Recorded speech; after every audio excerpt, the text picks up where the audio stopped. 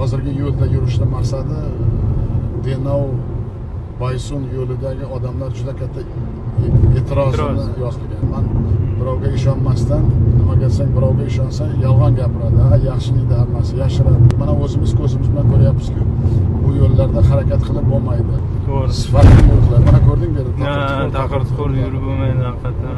Qanday yurib bo'lmaydi? Odamlar albatta norozi bo'ladi. Shularni inobatga olib, mana shu yo'l Abduvaliyev bilan birga menga bir 15 kun ichida o'zing e'tirozlarni joyiga qo'yish, bu e'tirozlarni shu yo'llarni qanday qilib mana shu zamonaviy yo'l qilib, yo'llarni ravon, to'g'ri, sifatli qilib odamlar bilan uchrashib, odamlarni qaysi uchastkalarda qanday e'tirozi bor, joy-joyiga qo'yish kerak. Tushunarli.